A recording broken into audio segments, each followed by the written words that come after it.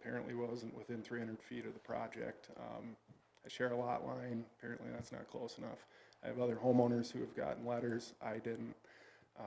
So I just wanted to make my presence known here today. Again, I'm not here to shut this down by any means. I want this, I wanted it yesterday, along with hockey, along with the second entrance, along with pickleball, outdoor, everything on the master plan would be amazing.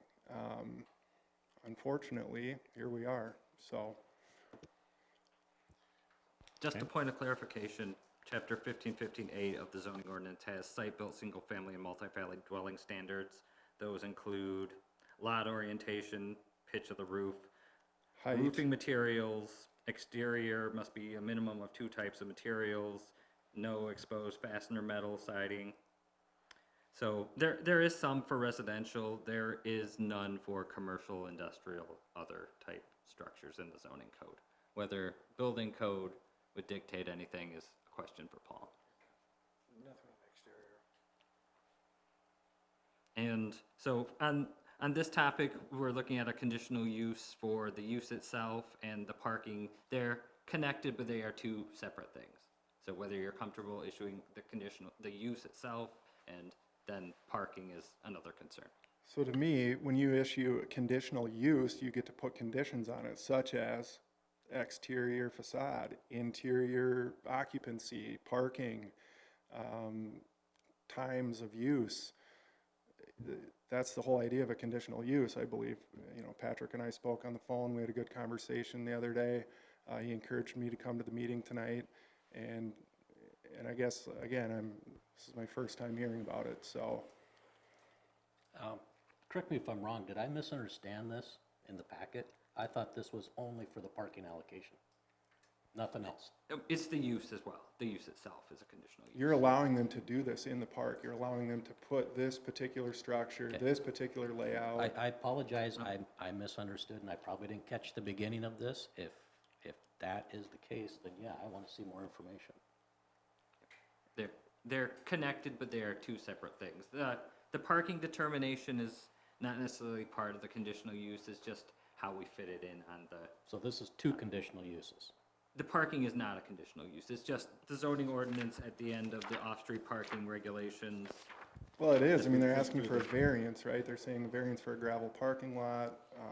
Yep, that's another item on the agenda where we're on the Right. conditional use right now. So at the end of the required parking spaces table on page 81, it says, all other uses not specified above shall have a minimum off-street parking and off-street loading spaces as determined by the Planning and Zoning Commission.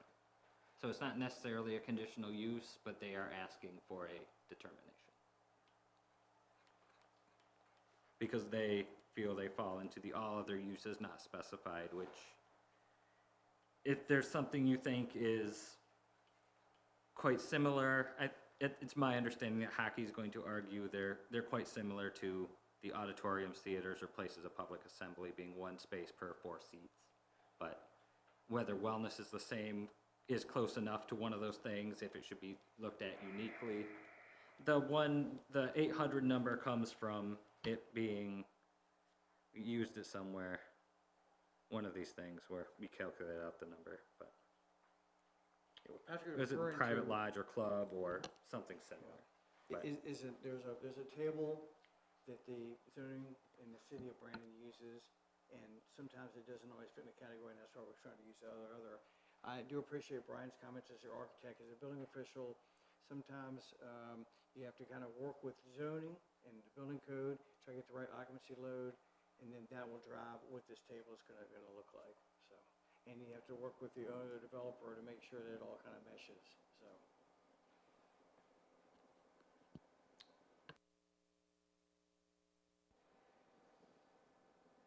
Any other discussion from the commission?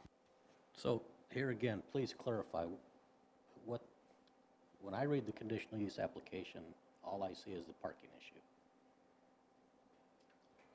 the use itself requires a conditional use, so that's. So there's 2 conditions they're asking for.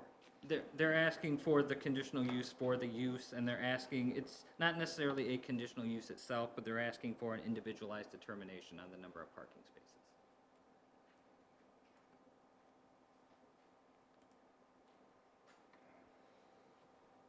And that's the description of conditional use, public recreation facility, and parking space determination per chapter 15. The use they're looking for is the public rec facility use. And whether you want to approve with conditions, just approve, deny, table for more information, there's some options. For, I guess in my mind, for if we're actually dealing with two conditions here, two issues, not just one, I would like to see a lot more information. I mean, I'm okay with it from an idea standpoint, but to actually give it the final blessing, that's another issue.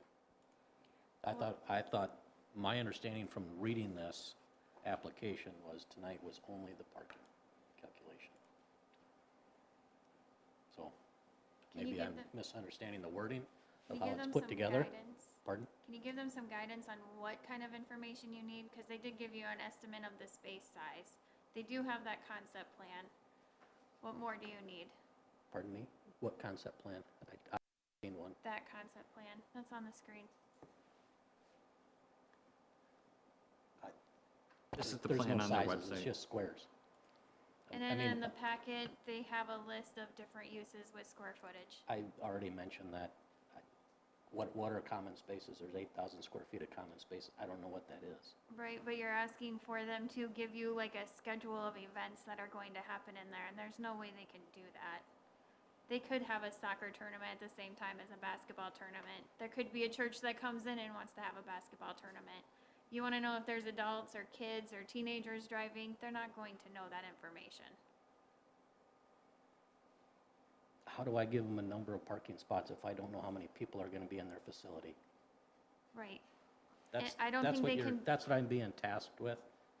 So that 10 years down the road, when the citizens are all complaining because there's no parking at Aspen Park,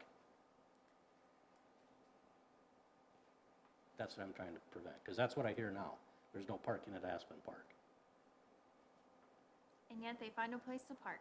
Pardon me? And yet they find a place to park. So they're really just looking for some guidance here. How much is too much parking? How much is not enough parking? Right now, You- I'd probably go with the 800 based on code analysis, and unless I have some other information that can say, well, no, that's not how we're going to use the space. No, I don't, but until I have something else to.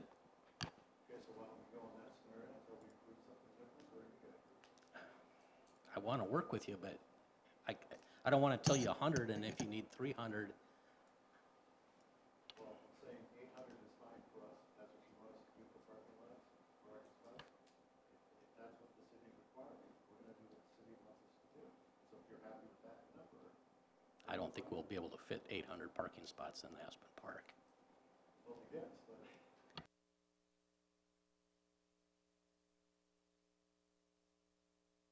We get some microphones too, so the mic and everything can pick up the conversation.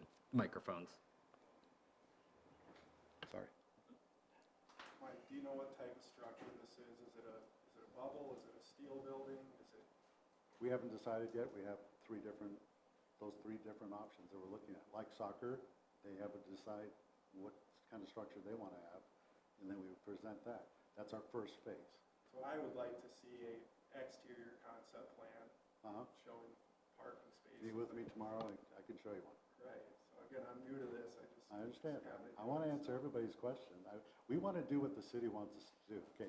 We're not in this, I'm retired and 66 years old, okay?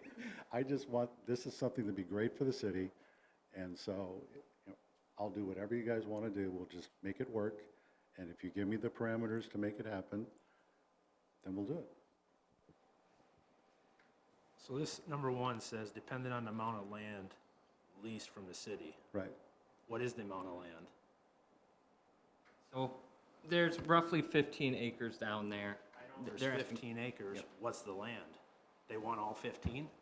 They want 8 of the 15 potentially. That is not something we I need to know, finalize. but that's what we need to know. Yep.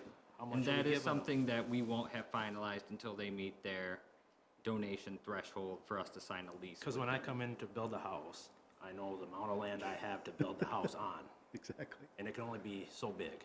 Yep. This would be the same situation when you know how much land there is to be built on.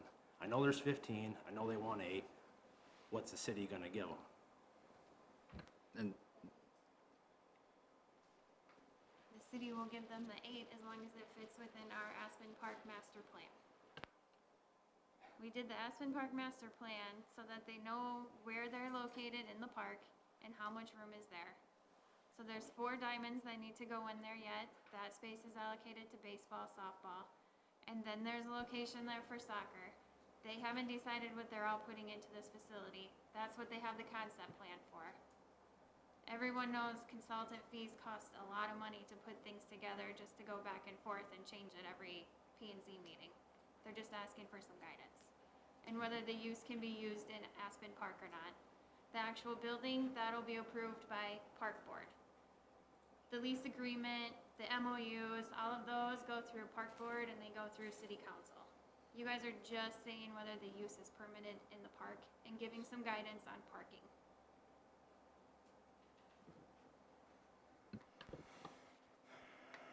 Do we have any guidance as far as for a conditional use on the building itself?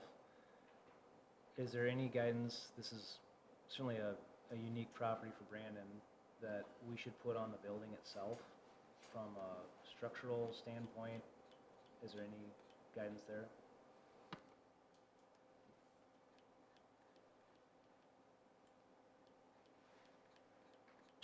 Your conditions would be what they're actually gonna use the facility for. As far as what the building looks like or what type it is, that would be Park Board. So, we're just saying that this could be used in the park. That's all we're doing right now. We don't care about anything else.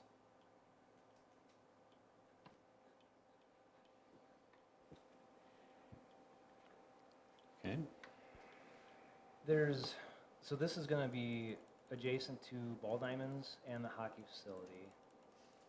Is there a plan that outlines how much parking there's gonna be added to Aspen Park for the Ball Diamonds? And this facility and the hockey combined? Like, do we have a shared parking amount, like a total amount that we're looking at? 2019, when Park Board went through this Aspen Park master plan, there were some recommendations given by the consultant at the time. If you go to page 38, I think there's 300 and some in front of the actual hockey facility. Oh no, 144, and then 70 in front of what would be soccer. What's the total? So 70 in front of soccer, 144 in front of the hockey facility. And then there is 116 stalls that were kind of following the road. So there's roughly 350 total spots. Around there. That's a huge mistake. I know we're not here to talk about the master plan, but after I did receive this, I did some research on my own. Hermiton Park has 15 diamonds. They have plus or minus 700 parking spots. Sherman Park, 9 diamonds, plus or minus 650. Dunham Park, plus or minus 570. And that's just for the ball diamonds. That doesn't include swimming pools, hockey, soccer, wellness. And we've got half of that. Well, this is just new parking, right? That's not including the old parking, right? So there's still, This is, However many. I thought this was all parking. no, this is the new, because there's adding a couple of diamonds, right? So this is the new diamonds. So but in the master plan, there's Yeah. about 350 total. No, south of this line here probably, because this is all existing up here. So it's all along the road here, there's some parking. So I think the parking she's referring to is just this area.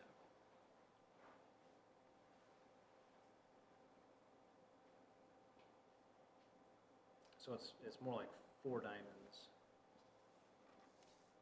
hockey and wellness. 164 to the north plus 78.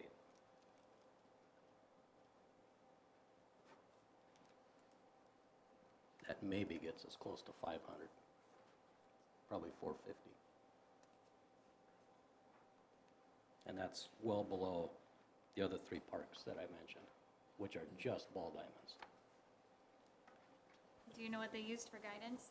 Pardon? Do you know what they used for guidance? How they came up with that number? No, I mean, I didn't design those. I don't know what they use for parking counts, but I've been at all those facilities, and they're packed. When you get between games, you got teams coming, you got teams on the field. All those parking spots are just about taken. So that's one of the reasons why I'm really concerned about the correct number of parking spots. And reading through the study, I mean, we just got it like a day and a half ago, so I haven't had time to read the whole thing, but one of the biggest concerns on the survey was parking. So I'm just trying to take the residents of Brandon into consideration and make sure we got enough parking. Absolutely.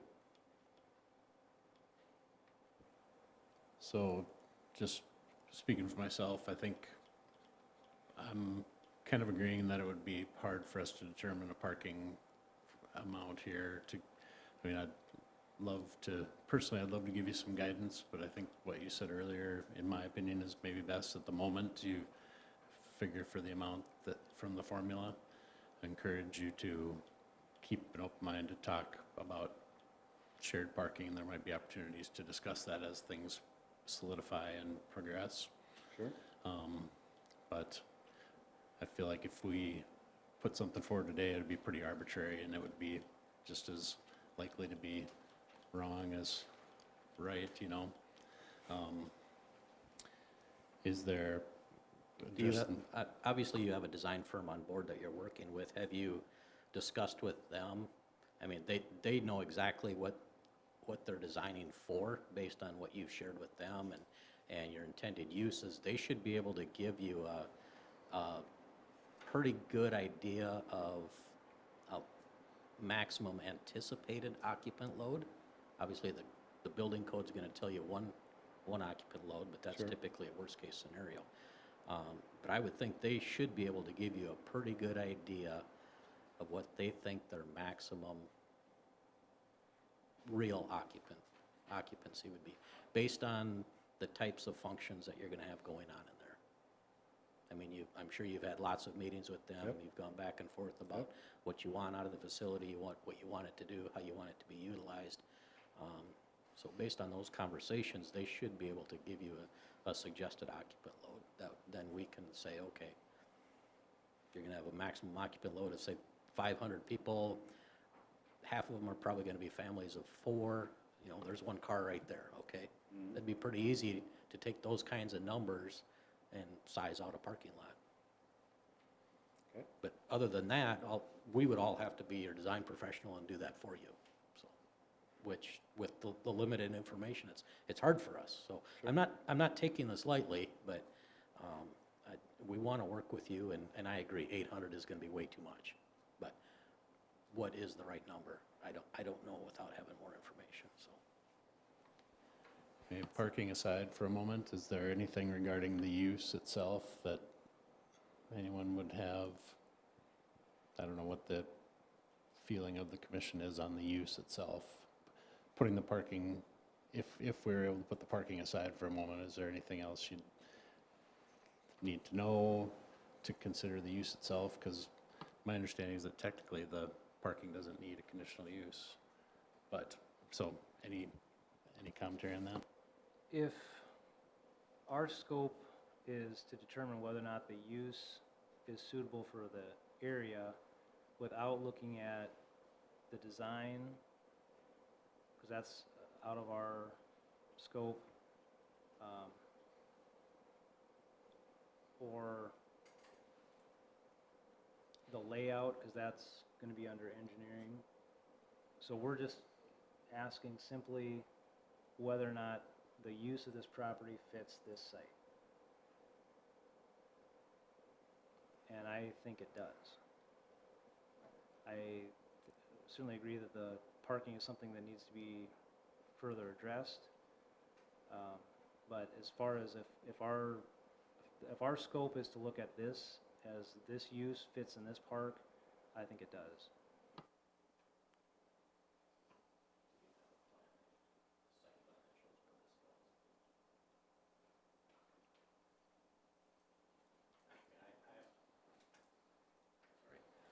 I mean, if that's also on this application, I've got concerns about, well, what's the building height? How far is it from residential? Some of those types of issues as well. I mean, if we've got a, you know, a 50-story sidewall right up against residential, I don't know if that's appropriate. No.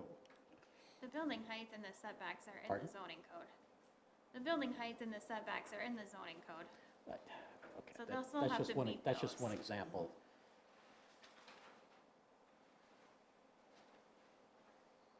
Typically, when we've done conditional uses, we've got a lot more information to review. I mean, Right. I don't even have a site plan to, But if you're gonna require 800 parking stalls, then their building's gonna be a lot smaller. If you're gonna require 100 parking stalls, their building can be a lot larger. So, but I think what Mike is saying is they're fine with the 800 parking stalls.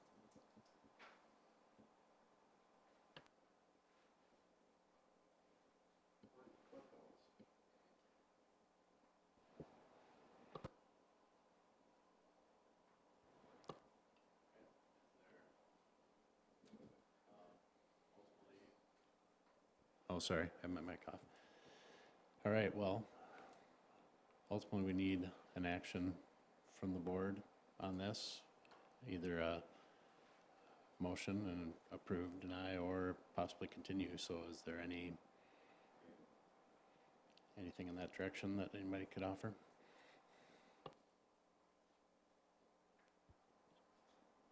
I'd make a motion that we table it, at least for a couple of weeks. I want to let the dust settle a little bit.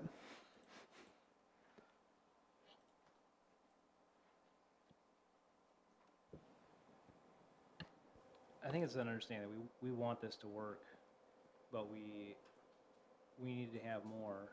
If we can have a better layout of where this is gonna be, some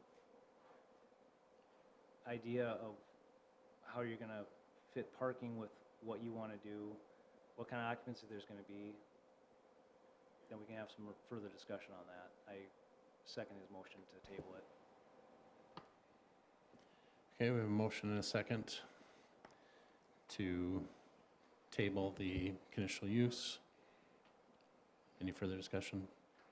So just to be clear on what you're asking for, you want their consultant to come up with a recommendation on parking stalls, the number of parking stalls, and you want to see their concept plan on top of the Aspen Park master plan? Those two things? that's what I would like to see, yeah. I'd like to see the design consultant come up with their recommendation for parking and something to back it up. I'd have to agree that 800 some parking spaces for this small facility was way too much.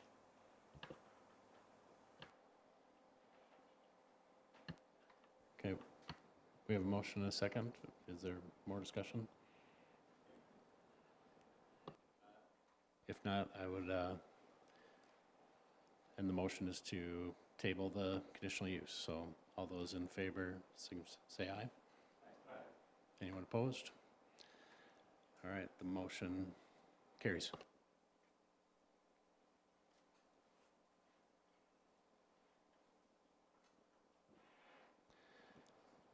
All right, that brings us to item 8 on our agenda, conditional use application, Brandon Valley Hockey Association, Aspen Park.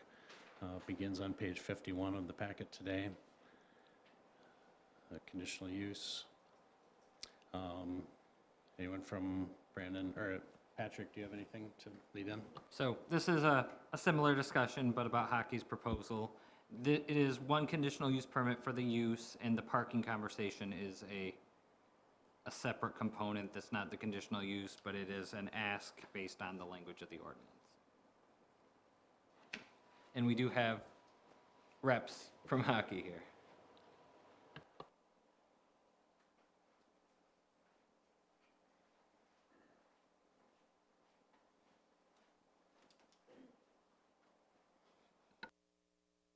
My name is Tom Grunick, 1901 South Archstone Circle in Sioux Falls, South Dakota.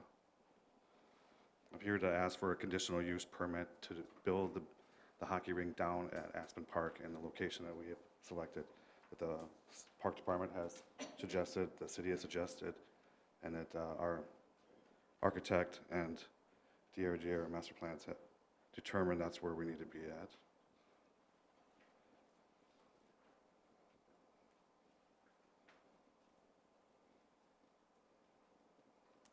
There is a handout that's not in the packet that was received this morning that's in front of you. That's the layout of the site. And there's additional ones in the back of the room if anyone in the crowd wants to look at one. It's the same thing that's on the board. We base the parking off of the stadium, which is based off of city ordinances on the table. And then we're asking for a variance because that's what the park department would like to have, less parking down there. They would rather have more green rather than more asphalt.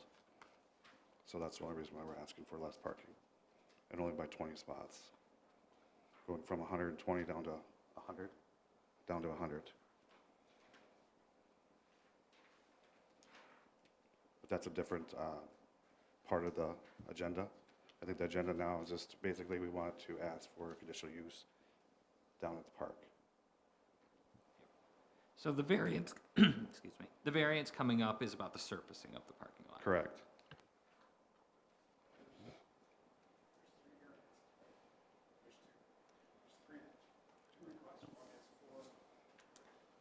Yeah. Our consultant from DGR. Trent Bruce, DGR Engineering, helping the Hockey Association with their plan here. The conditional use is to put a nonprofit hockey facility in your park, which is classified as a conditional use in accordance with your ordinances. In addition to that, there are some parking requirements that are a little bit vague, and what we're asking for is to allow for them to have a parking associated with their conditional use for 100 spots. They'll actually have a few more spots than that, but it's gravel, and it's hard to regulate parking in gravel if that piece of it goes through, which is a separate conversation tonight. But so the request is to allow for a 100 or a minimum of 100 parking stalls for the conditional use for a hockey facility, which is more than adequate for the intended use and the expected amount of people in a facility of this nature if you had two teams playing and two teams waiting to play or anything of that nature, and based on its use. Any questions? On the master plan on page 38 that we were looking at before, that says 144 stalls. So again, we've kind of gone from 144 down to 100. Just kind of, that's concerning. Is there a reason why we dropped that much? I mean, we're almost dropping in half there. So the 144, that would be for both rinks. You know, the idea here is they're building the one rink right now with the 100 parking stalls, and then they'd be shared parking with Brandon Wellness or soccer, whoever goes in next door. When this is fully built, you'll have a lot more opportunity to add stalls and whatnot, but for the existing use and the existing request is for one sheet of ice, which is only going to need 100 stalls. What's the, I know we don't have property boundaries, but what's the lease boundary? I don't see that on the site plan. They don't have a lease yet. We Okay, don't even know if they can be in Aspen Park yet. Okay. The reason I'm asking is they're also saying a future expansion. but I don't see a future parking expansion. So the layout of the hockey facility very much mimics what you see there. I think they took the initial hockey facility plan and put it on this master plan document because it's been in the works for a while. So that document, and if you count the stalls there, there's more than 100, but like I said, it's gravel and it doesn't quite fit and it doesn't match up with the roadway because the roadway isn't fully constructed, so we can't get to what the ultimate build-out is gonna be until all of the rest of that finally happens. But the short answer is, for one sheet of hockey, 100, we feel 100 parking stalls is gonna be more than adequate, and you have enough space, and we have the ability to expand it and meet future requirements when additional requirements become necessary. How many kids are on a team?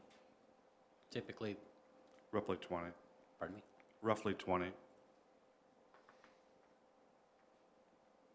And then we did bring this to the Parks Board, and they approved it. Okay. So based on that information, you got 40 kids on the ice, 40 kids waiting to get on the ice. That's 100 families. To me, that makes perfect sense. 100 seems acceptable. So Trent, how many, this parking lot layout here, how many actual spots is it? Well, I think if you count up all of the dashed lines there on a gravel parking lot, which we assume we're hoping that we will get the approval to do, I think there's about 128 that are showing there. And like I said, it's kind of based off of how the roadway is currently structured, not how it will ultimately be built out once Aspen Park is further developed. But yeah, there's more than 100 there, but all of us that have ever parked in a gravel parking lot know that people don't park like they should because there's not lines regulating that, so we wanted to make sure there was a little bit extra room.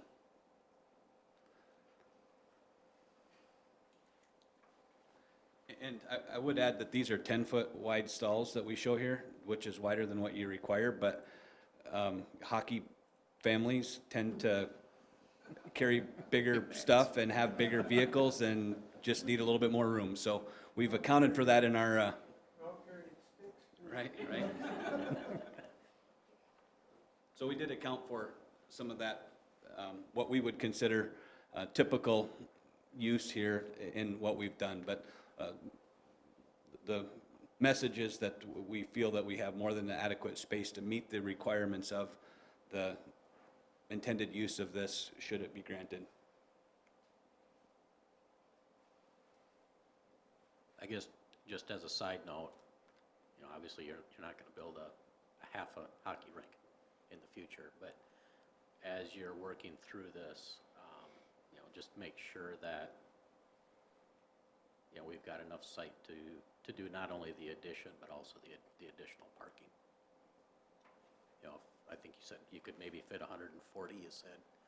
We'll be able to fit more than that once the full development comes out. This is essentially putting a gravel pad down and making sure that we have enough room for the, there's some commonality between the other requests that just needs to be worked out as things go forward, but you should easily be able to get 280, 300 parking stalls in a common parking area once you combine these two thought processes together. It just hasn't happened, and it's separate conversations right now. I'd love to be able to do shared parking out here, but I'm guessing you guys are going to be doing hockey in the summer as well. Our initial plan is just to open it up during the winter hours for probably the first 3-4 years until we can get other equipment. But yes, eventually we'd like to do year-round hockey. That's what we're designing the building to do. So unfortunately, it's not like a church and a school where the church is there on weekends, the school's there during the week, and shared parking would work great. But I think all of these uses out at the park are going to be maxed out during the summer, so we don't have a lot of opportunity to share parking. So I'm okay with the 100. I don't know the rest of you guys. And I think our main question is still the conditional use for that property on that site, right? the parking is just a part of the property, but we're still asking if the site is, Well, if I understand Tammy correctly, the park board reserves the right to review all the plans, so if, Mr. Oakland or any of the other neighbors want to review the plan before, or be present, do they have an opportunity to speak at that meeting? Okay. Because we're not information on either of these two projects to, other than, yes, that type of use works, which is typically we review more detail about a project than that, but, do we have any conditions we want to put on this property?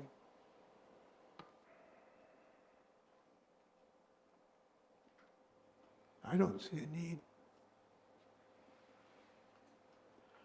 I would like to know if there's anybody in the audience that had anything to say on it. Yeah, anybody else who would like to come forward?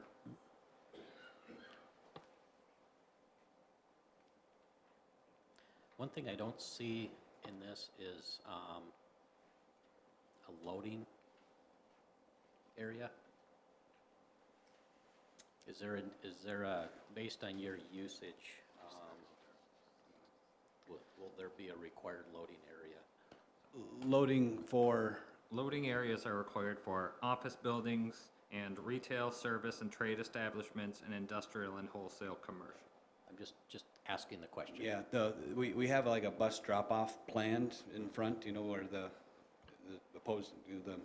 teams will drop their players off.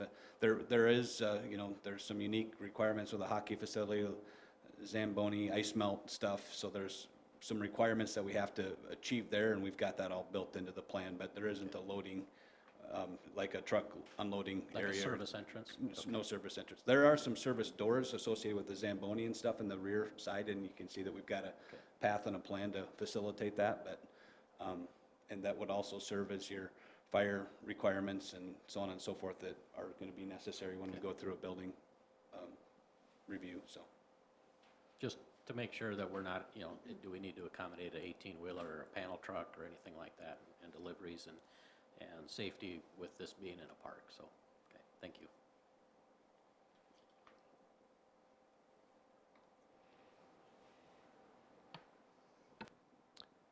All right, any more discussion, or is there a motion? I make a motion that it be approved as asked for here.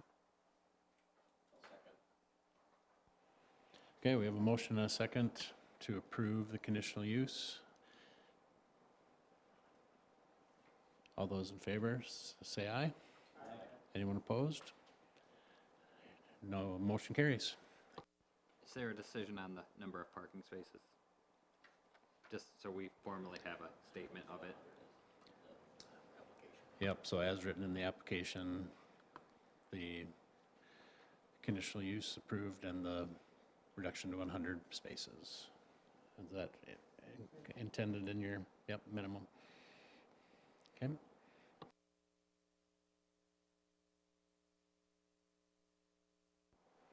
Okay, back to our agenda. So we will need to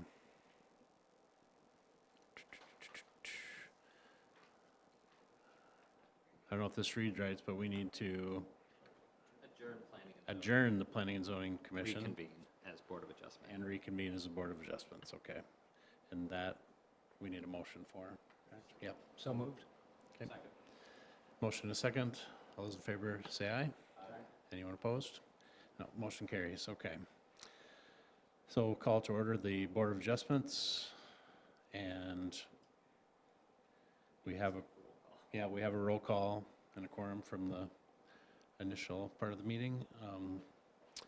So we do need an approval of the agenda. Second. We have a motion and a second. All those in favor say aye. Aye. Opposed?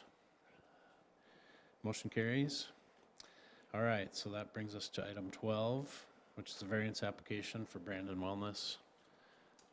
Parking starts on page 62 of the packet. So this is a variance request for the surfacing material of the parking lot.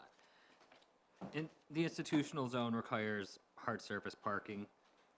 They are requesting a gravel parking for a number of reasons. The first one being most of the city parks, to an extent, don't have paving. If you go to Tallgrass Park, you go to any other park, the parking lots are gravel. Our plan is, of course, to eventually pave them, but they are not yet. Whether you would want to allow them to be the same up until we do pave our park. Our agreement with them is when we pave, they will pave. Whether that sounds good on paper, whether that's how it happens, who knows, but that's kind of what our agreement is with them. The other concern, the other thought there is the roads down in Aspen Park aren't built yet where this will be.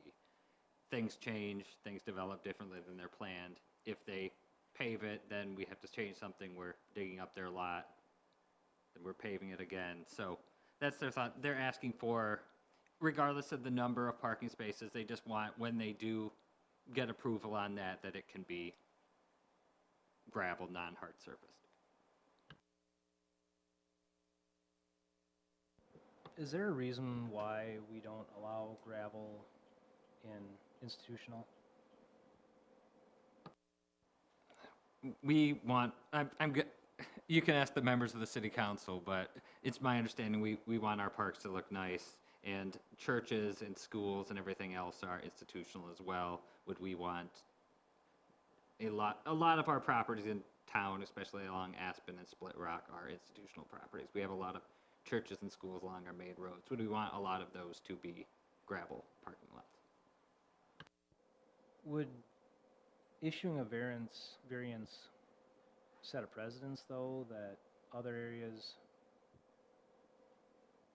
could have a gravel parking lot if they built an institutional versus having, I don't want to cause a problem here, but would it, just wondering if long-term, are we better off having a conditional use permit under institutional, that under certain conditions we would allow gravel if it goes through city property that's already gravel or something, something along those lines, versus a variance that would we be setting a precedence for other areas?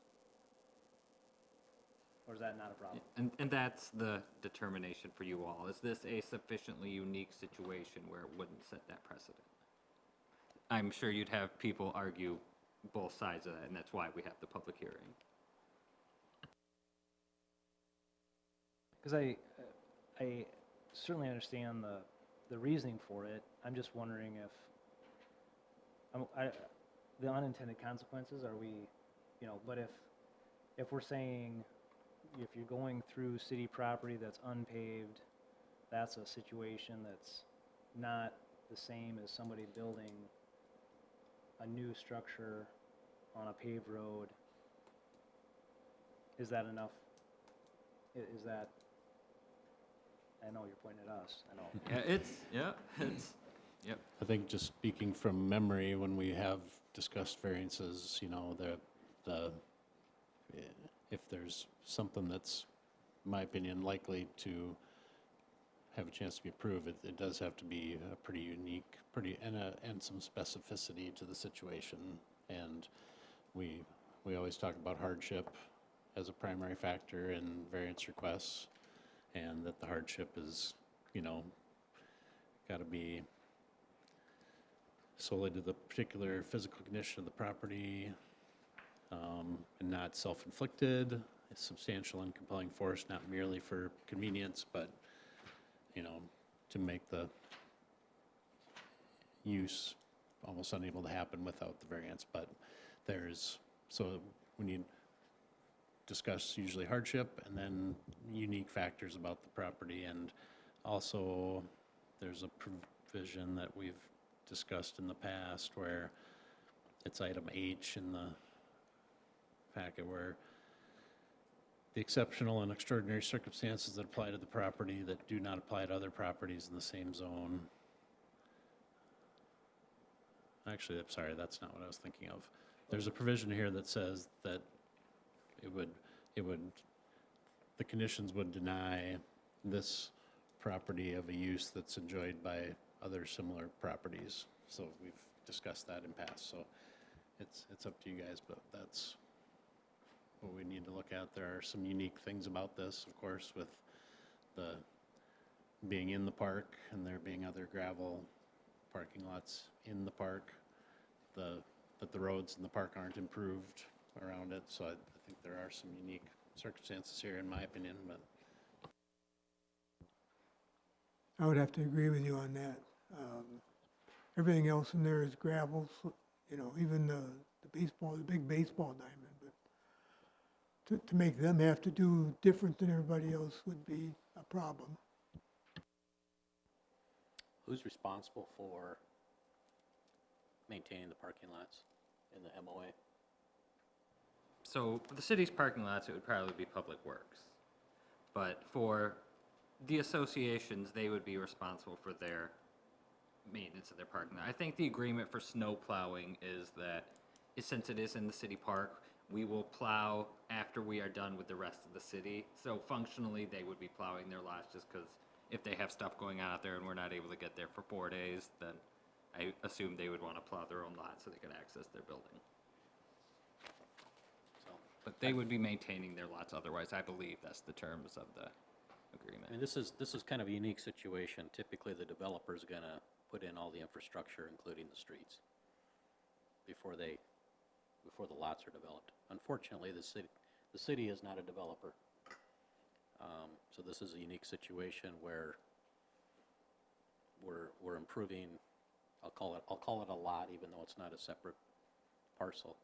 We're improving a lot in an undeveloped development, if that makes sense. And it's done for the benefit of the two people with the variance application here tonight. It's not the developer trying to sell lots. It's being done to their benefit. So by allowing them gravel, do we continue to allow something that's not acceptable to grow? A condition we don't like to continue to grow? I kind of struggle on this. You know, if they were building anywhere else in town, you know, we wouldn't have an excuse not to pave it. Does that make sense? If we allow it, what happens when a startup church comes in? They're a nonprofit. They get a lot zoned as institutional and says, well, geez, you know, the wellness center and the hockey association, they're institutional. They didn't have to pave their parking lot, so why do we?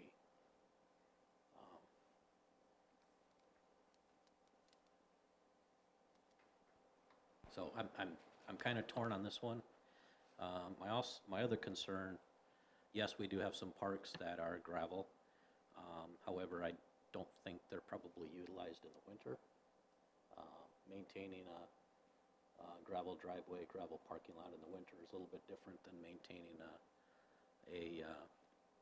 a paved one. So I'm really struggling on this. So I do have one question. This is probably for Tammy and probably Trent. Has the main road been platted out? Do we have elevations? Do we have No. locations? No. That is So one we thing really- to add so to we this really got the cart ahead of the conversation horse. is that the road is gravelled right now. It does have drainage fabric. We do have kind of that preliminary layout. We're working through the stormwater plan because, as you know, a lot of stormwater goes into Aspen Park and Aspen Park does not have an outlet. So when it fills up with water, it has nowhere else to go but there. Kind of the plan is to have that road not really act like a dam, but in a way it would. It would hold back the water in that 100-year flood. There'll probably be a low spot within that road at some point. We also are looking at other options for stormwater in that park. We could put underground infiltration facilities underneath those 4 baseball fields that are proposed, so that would take a lot of stormwater. There's also, you know, going back to the parking conversation, we could also use the GeoGrid that goes in there where it is a pervious surface and it's gated. And Arnold Park does the same thing where when there's big events, they just open the gate and people can park out there. So we have a lot of opportunities in Aspen Park because it's so sandy, but we're still working through some of those items and we still have to put a budget together and it still has to go in front of Park Board and City Council. There's a lot of what ifs right now. And it's a lot easier to go through and change some curb lines and take out some gravel than it is to take out a whole asphalt parking lot. So like I said, we really got the cart ahead of the horse, 2 carts ahead of the horse on these projects. Yes and no. I mean, the city's not going to pave that road in the next how many years? The rest of it's not even Right. paved, it's I'm mostly just an you know, oil the road. the elevations of the buildings, the elevations of the parking lots. Well, the elevations of the buildings are fine. We have the 100-year flood elevation and they will be above that. Right, I'm just, We will make sure that the buildings do not flood. But as far as parking lots, they can be used as storm sewer in the future.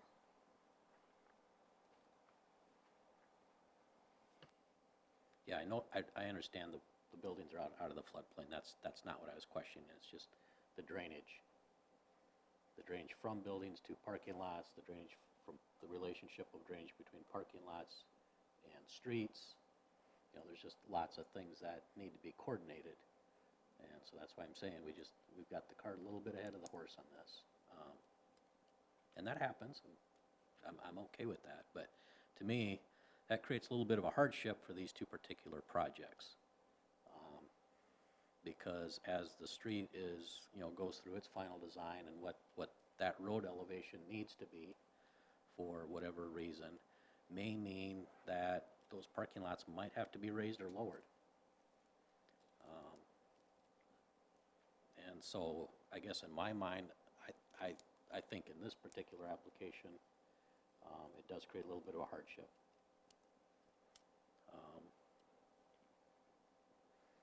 But we can put conditions on, correct?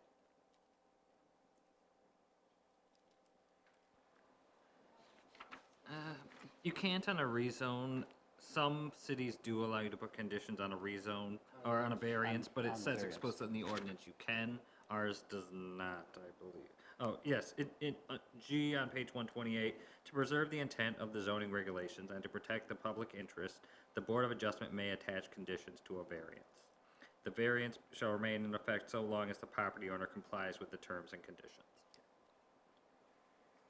I guess in my mind, I'm okay with this being gravel with the condition that they pave it once Aspen Park, what is it, Aspen Park Boulevard, Aspen Park Road, whatever, is complete. So, Can we say something like when the city engineer deems it necessary? That's what we do as sidewalks. That way, if we do the road, but we don't do the stormwater ponds or something, then we can change that in the future. Say that again? So like on a sidewalk exception form that city council approves for somebody to not put in a sidewalk, they just have the condition in there that when the city engineer deems it necessary, then they have to pave it. Because if you just put the condition on the road, we might still have stormwater issues that we're still working through. Or something might not be fully built out in the park. So the road might not be the defining. There might be other things that need to get done before they do the park.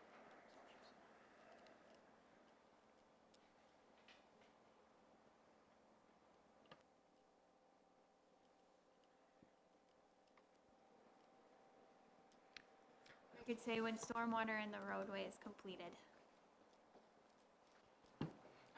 since we like to beat language to death, it always becomes an enforceability concern. I always look at it from a legal perspective, of course, just because that's what I'm trained to do. So say you have a condition that they have to improve it when deemed by the city engineer. So the city engineer deems it. How long do they have to do it?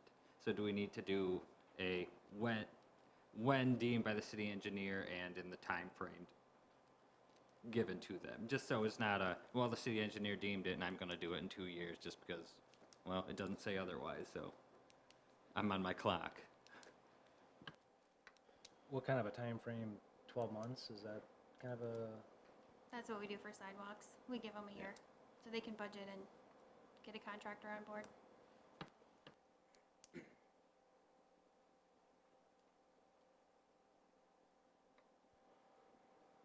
Any other discussion or any questions beyond that for the applicant?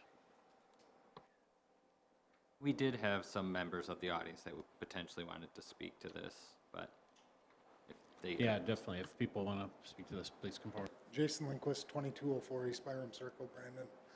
I am with Brandon Valley Hockey, but just on that 12-month piece of that, I guess, it's a substantial investment that as a nonprofit group, right? I mean, 12 months to fundraise $1 million to pave the parking lot is going to be a big deal for us. And so, you know, I mean, I would even ask that it get extended for, because of the scope of paving it, to a 2-year term, if you are gonna put something like that in there. Just for thought. Correct me if I'm wrong, Tammy, but, I mean, you'll have a timeline much sooner than the 12-month notice. I mean, when you say you get the road done, but you don't have the storm sewer done, I mean, you'll be able to communicate with these guys long before that storm sewer work is complete so they can do their work, correct? So it's not like we're gonna keep it a secret, and then when our work's done, you got, now the clock is on them. See what I'm saying? Yes. I guess I wouldn't be opposed to the 2-year just because it is hard to find contractors and going through the bidding process and I guess whatnot. But it would be already designed My and point is they'll know more than a year ahead. they'll see the progress Because happening in the park. you'll be having your project in the plan. You'll be bidding it, they'll be under construction. That whole time, they'll be aware that their clock is gonna start when the city's work is complete. Yes. So they'll have about 2 years and we're already notification. 5+ years out before, maybe longer? You know, that's on city council to decide. Yeah, but I mean, it's I'm not, sure we're not gonna have the funds in yeah. 5 years. So it's out there a ways. I agree. If we go out another 2 years past the point that we don't even know, I mean, we're stretching out there a long time. Barb Fish, 1401 South Parkview Place. So Brian, are you saying tie it to the development of the road rather than when we pave the other part of the parks? Is that what you're saying? Because that was originally when we paved the parks, then they were going to be obligated to pave. I would tie it into the road. What road are you talking about, just for clarification, because I think we might be talking about different things, maybe. I don't know. Are you When- talking about the Park Drive or The Park Drive, Ironwood not extension? Ironwood. It says future Aspen Park Road. When that road is paved, after that road is paved and the engineer she's done with her other projects that may impact theirs, within a year, I'd like to see this paved. So you're talking about the road that's going in there now and the continuation of it? I Right? don't know if Is it that what we're continu- talking about? I don't know if it continues or if it cul-de-sacs and goes back out. But I'm talking the access road to what would be their parcel. And I'm not sure that that's fair because, quite honestly, I don't see our parking lots getting paved for a long time unless our sales tax really surges. So for them to be required to pave and we still have the parking lot by the baseball fields gravel, that's just me speaking. I'm not speaking as city council, park board, or anything, just as a resident. I don't know if that's fair. I'm just raising that question.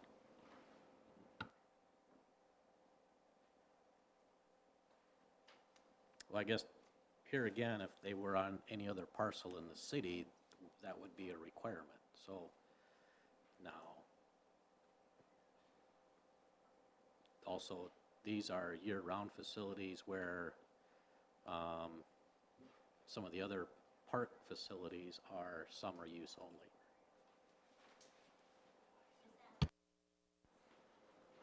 Trent Bruce, DGR Engineering. I'll just throw something out there for you to think about as you contemplate whether or not to allow for a gravel parking lot for some amount of time. You know, as we talked about this previously, you know, how many parking stalls are required and when, what about shared parking and what is the master plan and what develops when? There's a lot of pieces in this park that, I mean, if you look at the master plan, there's, 40 different little bubbles that say this, that, and the other thing. I think it's gonna be in your best interest to consider waiting until you have a better feel for exactly how many parking stalls you need before you are short-sighted, and hey, maybe we can fit another 20 here, another 40 here to facilitate the bigger picture versus tying one entity into a requirement that may be short-sighted in the best interest of the park as a whole. The other thing that it's important to understand is like when we design a gravel parking lot, we're gonna design it differently than an asphalt parking lot because asphalt drains differently than gravel does. And we wanna get that water off the gravel so it doesn't soak in and saturate and create other issues. And so if you require something of a gravel surface sometime before you have the bigger picture in mind, or excuse me, if you require an asphalt surface sometime before you have that bigger picture in mind, you could be creating more problems than you're solving by making that a challenge with elevations and connecting into other things. So just a couple things that I think would benefit the city as a whole, and if you did strongly consider leaving this as gravel until you had a bigger picture besides just this concept right now, because you might need more parking. Maybe you do need 800 parking spots in Aspen Park, and you got to figure out how to squeeze as many as you can out of there. And that might be already down the road if you've already required these guys to do something and you can't fit it all in there. So something to keep in mind. Patrick, did you say earlier that there was a verbal agreement that when the city paved their parks? Barb and Devin probably, is that right in the MOU, or is that just kind of a?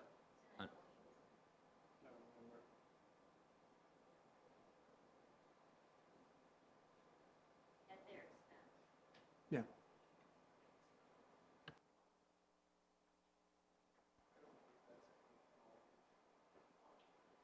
So, let's just say they need more parking spots. How do we go back and say, I want more spots out of you?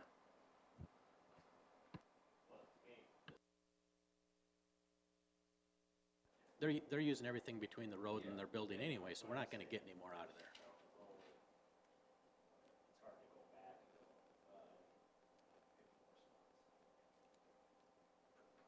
They're using a facility on city property. We have the right to tell them that we need more parking. And the variance doesn't, just deals with the surface. It doesn't deal with the size or the number of parking spots here. So that's one thing to consider. I mean, if the city wants to add more parking next to theirs, in front of theirs, wherever, they can on their dime. I mean, we're not gonna ask the hockey to go in and, hey, we want you to build 50 more parking spots. I think on the variance, I think we're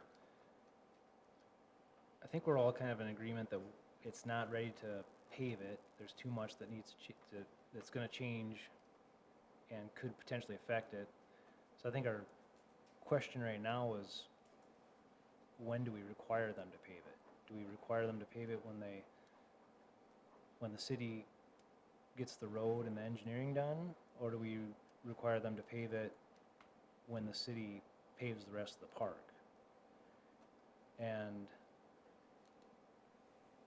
my question or concern with the variance is, if we're saying the hardship is that there's too much that can change between now and when the road is complete, that it's a hardship to make them pave it, then when the road is complete, it should be time to complete it, if that's their hardship. If it's hard for me to say that we're allowing a variance because they're going through an area that's gravel, that's owned by the city, on a paved road to get to a facility, so they shouldn't pave their, if they're going on a paved road to get to a facility, they should have gravel parking lot. I don't think that's a hardship that we can allow in a variance. So I think we should say, when the road is complete and paved, the engineering allows it, we give them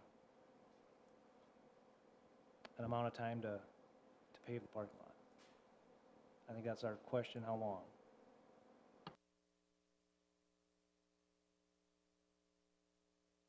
So you're kind of hearkening back to Tammy's statement of when in a way, when the city engineer I think so. deems, and then potentially a time frame. Other thoughts? I just give them 2 years after the city engineer deems it.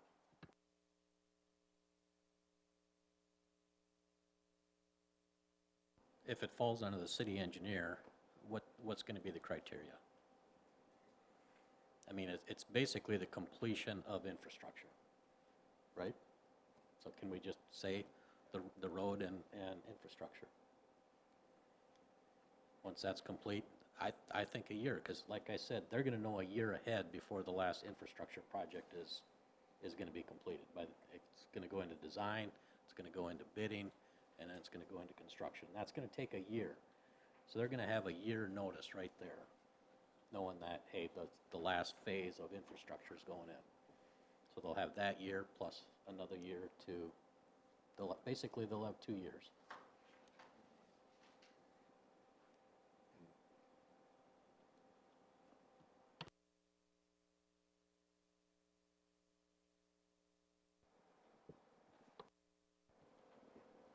The only thing I guess, weather affects a lot of different things, and I'm sure there's allowances for that.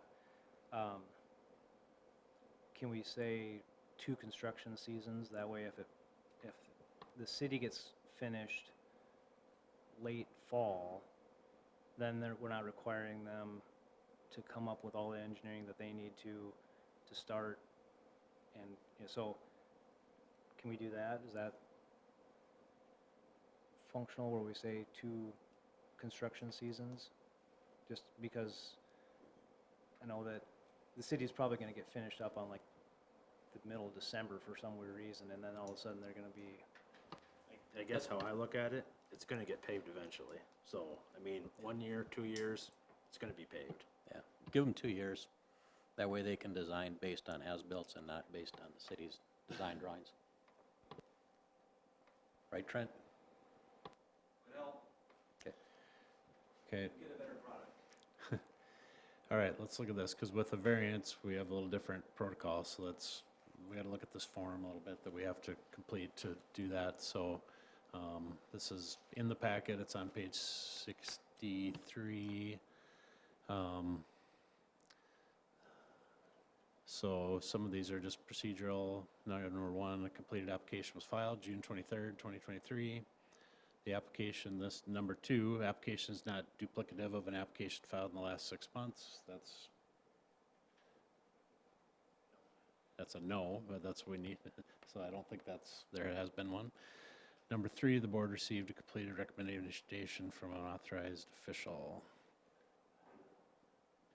Is there anything from city staff on that?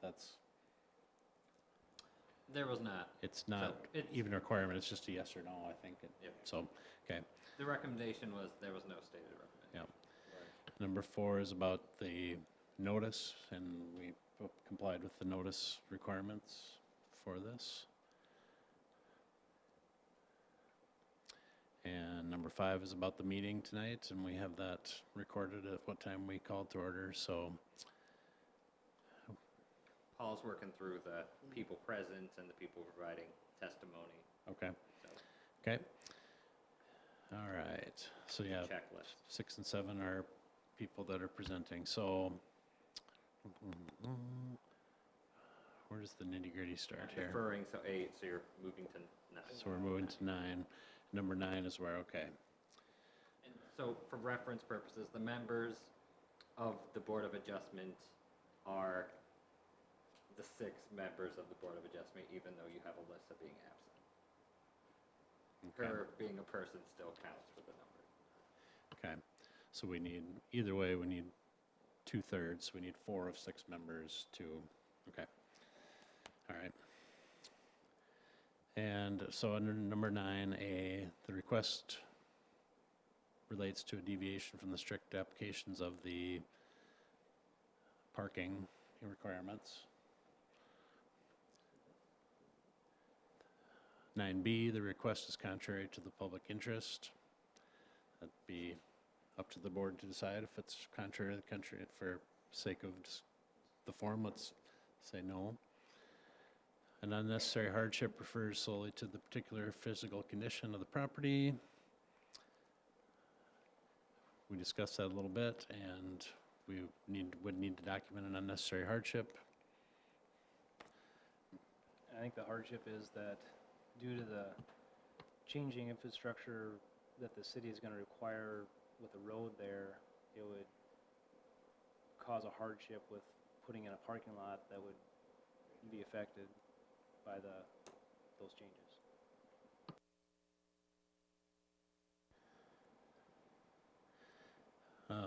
9D, the literal interpretation of the zoning provisions deprives the applicant of the following rights commonly enjoyed by other properties in the same district under the terms of the ordinance.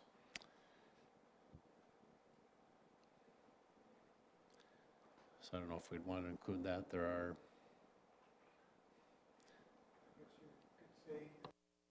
The other ones are not paved, they're gravel, so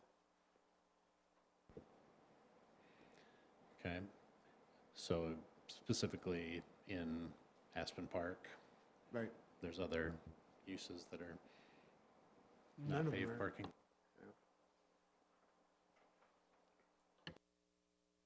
Item E, the variance requested is the minimum variance that will alleviate the unnecessary hardship.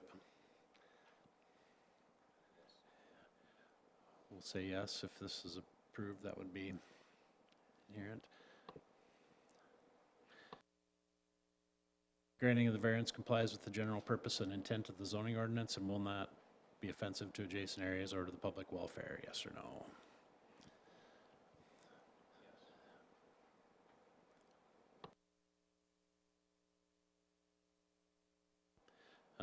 Item G is no non-conforming use or structure in the same district and no permitted or non-conforming use or structure in the district shall be considered sole grounds for the issuance of a variance. I don't think there's a sole purpose for this. I think we talked more about the hardship. The exceptional and extraordinary circumstances that apply to the property that do not apply to other properties in the same zone or vicinity and that result from the lot shape or size, topography, or other circumstances not of the applicant's making are probably similar to the hardship, the undeveloped park infrastructure. And the variance request does not vary use regulations.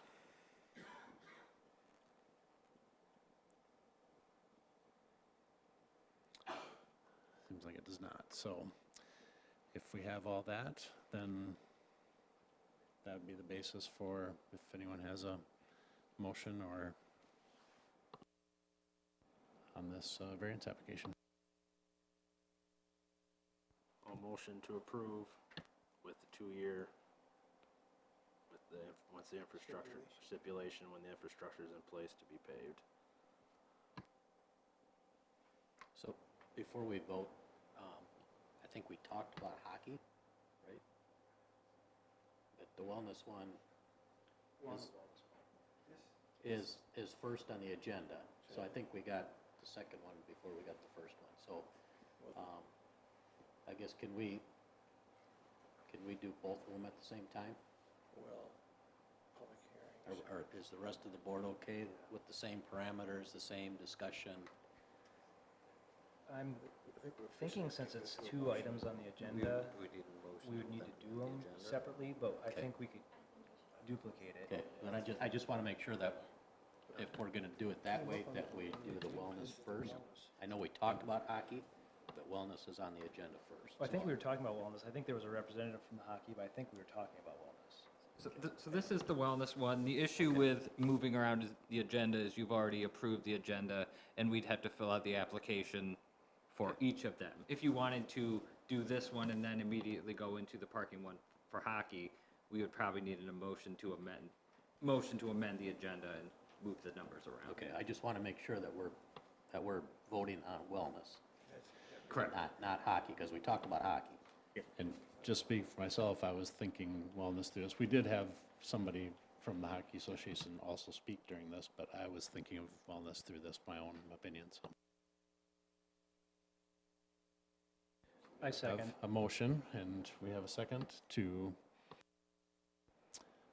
approve the variance request with the stated condition that when the infrastructure is, and the, The infrastructure being the roadway or the roadway and the other parking lots, just for clarification. Roadway. Once the roadway, roadway is paved, well, because we're road. stating that as the hardship. The other parking lot, I don't think we can say that that is a hardship. Once the roadway is paved, we're saying that's the hardship. and the engineer spoke about the road and the drainage.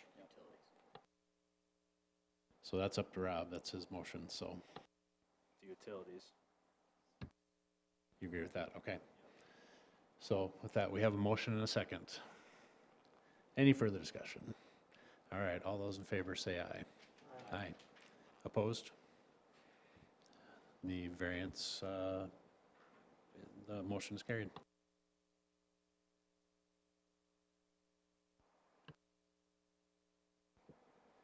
And that is an approval, that's not a recommendation. Correct, That's that is an approval approval. by, yeah, we're the Board of Adjustments, so that's, yep, our purview. Okay. All right, so we are moving on. That was item 12.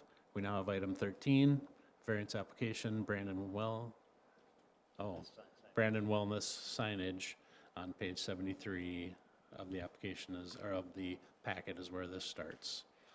All right. For some Can we context- move those around, those two numbers, or we gotta do It's is it a up to big you. deal? Because then we can just get that parking off the docket and then go to signage, because these are gonna be the same. We would thing need a with formal signage. Oh. motion to change the agenda, so it's up to you guys if you want to make that motion, otherwise we I can make a continue. formal motion to move, what number would it be? 14 and replace it with 13 and flip those two around. Second. Okay, we have a motion and a second to alter the agenda. All those in favor, say aye. Aye. Opposed? All right, motion carries.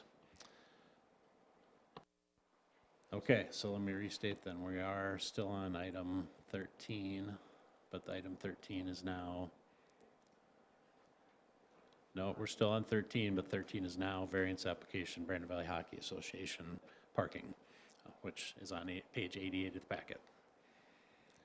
Would the applicant have anything here? Thanks. Tom Grunick at 1901 South Archfield Circle, Sioux Falls. We're asking for a variance to the surface to be gravel rather than asphalt. There's some infrastructure that we're not sure of yet, and we'd like to have some more adequate time to get those infrastructures in there in place before we have to tear up a asphalt $500,000 or $1 million parking lot. We are just going to be designing the parking lot to accept asphalt, so we'll have the drainage design for that, but we would like to have a variance for that. Would you be okay with the same stipulations that we had on the previous project? Yes.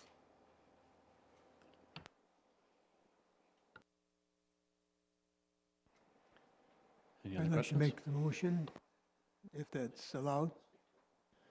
Yeah, let me ask that first. Is there any other input from the audience? Any questions?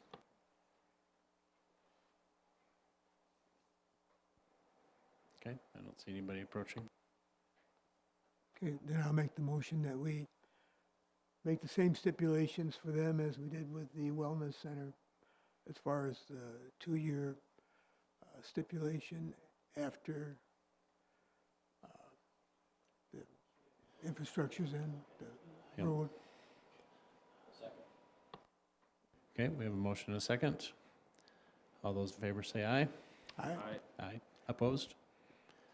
Motion carries.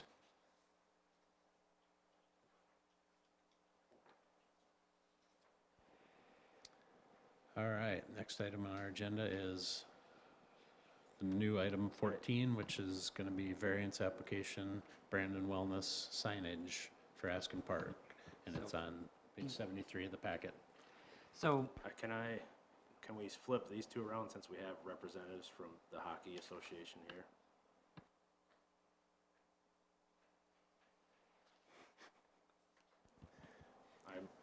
I make a motion to flip 15 and 14, or 15 and, where would it be at? The new 14. Or are they here still? Oh, We you have- are still we here. I are didn't see still. you back there. I thought you left. You were sitting there. Sorry, we'll keep it then. We'll keep it there Yeah. then, sorry. so some context here. Several months ago, we talked to you all about signage in the institutional zone. This specific situation. Signage in the institutional zone is based on street frontage.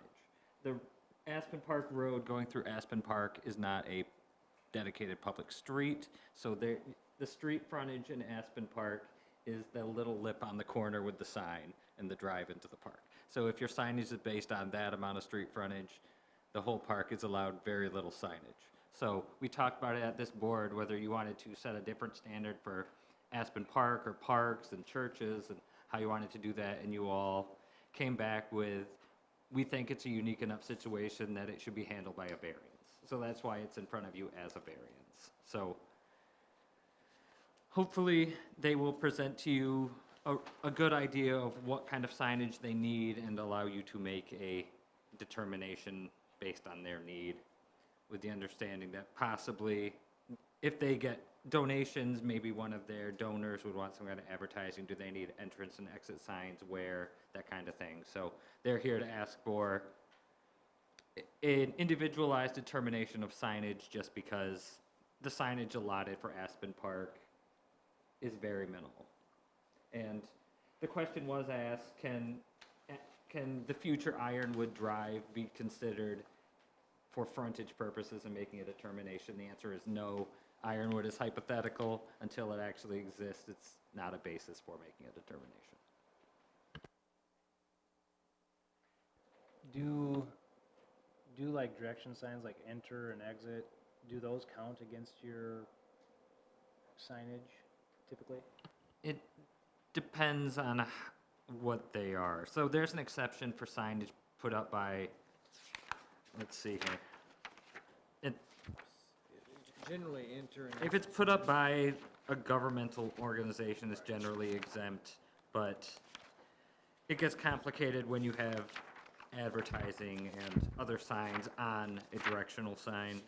So signs erected by the city or other governmental entity. If the city put up directional signs in the park that were approved by the city, I can't speak for the city council or park board or anybody else, but if you had a directional sign with a whole bunch of advertising on it, I don't know if you would want to treat that as a normal sign versus a directional sign. If it's purely a directional sign, though, it's exempt from those requirements. On page 86. I agree with that.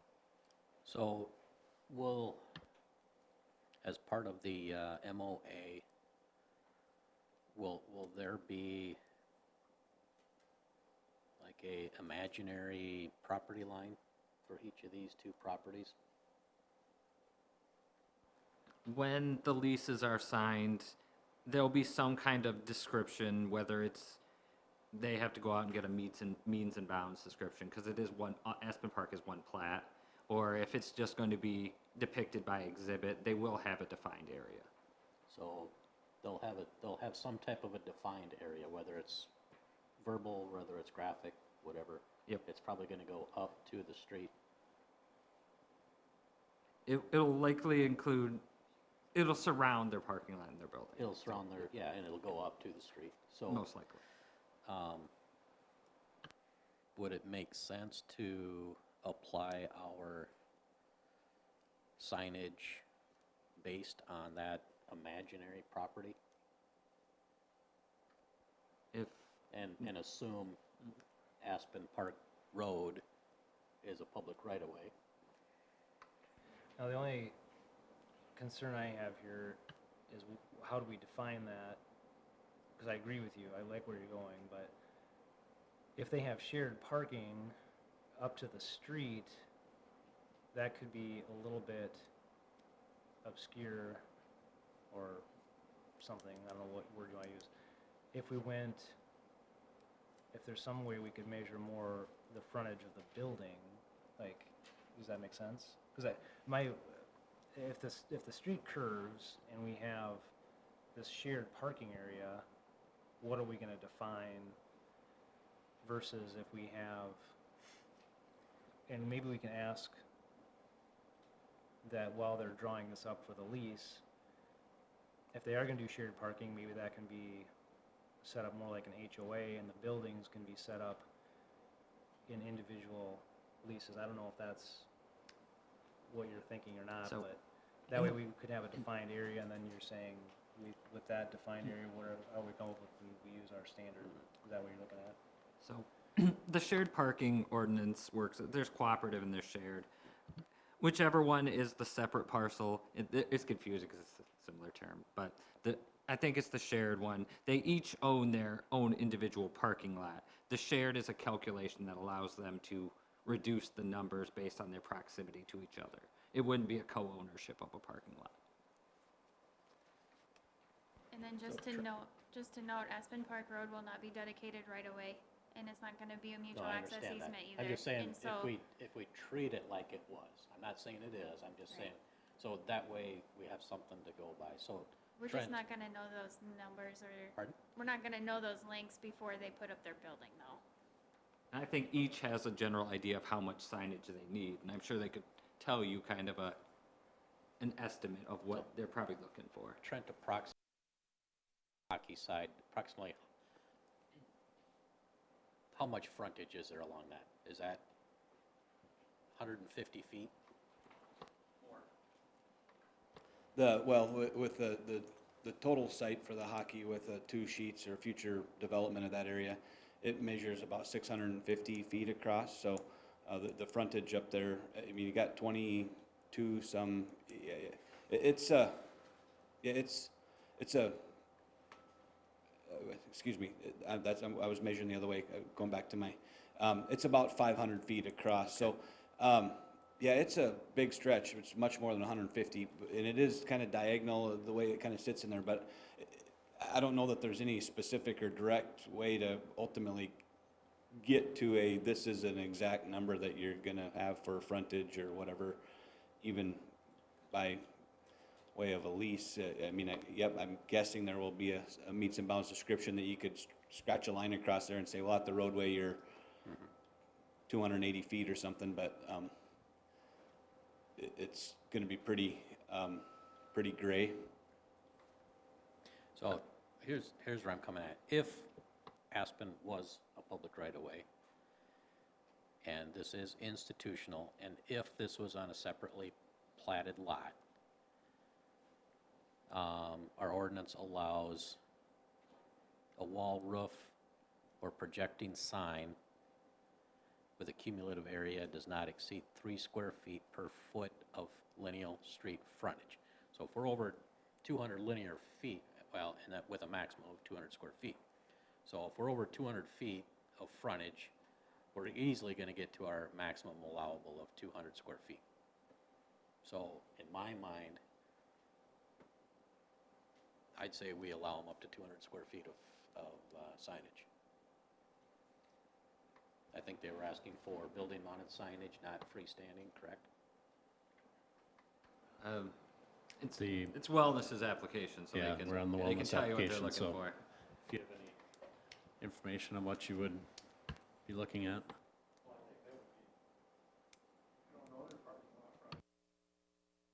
Again, we don't know yet, but Yeah, but I think.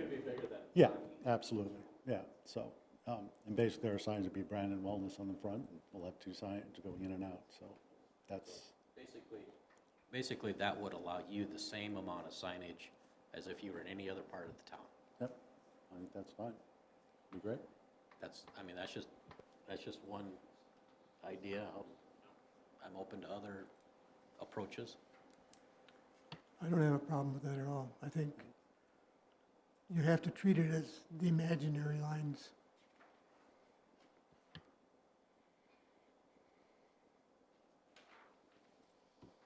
We gotta go through the sheet again? We sure do. Oh, boy. We do. I think the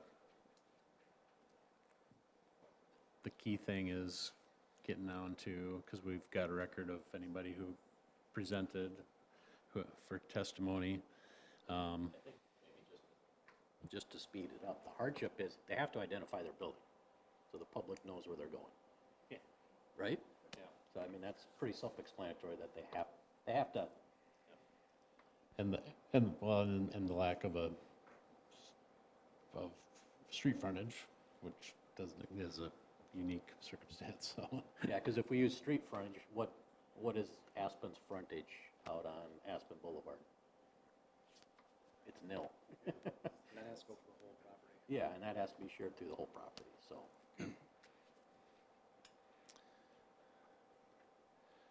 So that would fit into item 9C, the unnecessary hardship that exists if the variance is granted is, They have to identify their Yeah. building yeah, for the public. and they would virtually be allotted no signage based on the Right. existing ordinances and requirements. Okay? I think the water treatment plant has signage on it, doesn't it? Okay. Same thing. So continuing with that, then 9D would be the Littler interpretation of the zoning provisions derives the applicant of the following rights. Basically the ability to have a sign, basically, which is what Brian said. And 9E, the variance request is the minimum variance will alleviate the hardship. It does fall into compliance with other zones that would be allowed, so it seems like that would be able to be a yes.